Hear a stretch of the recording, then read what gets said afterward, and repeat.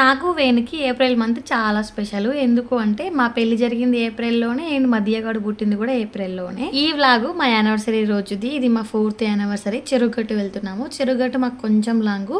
So morning 7:30కే బయలుదేరాము.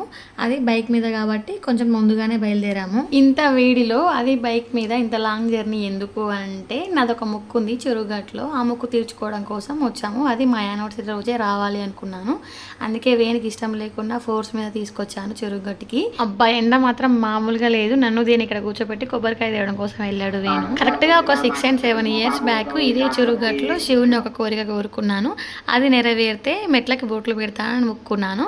మా పెళ్ళై 4 ఏళ్ళు అయింది. అప్పటి నుంచి ఇప్పటిదాకా కుదరలేదు.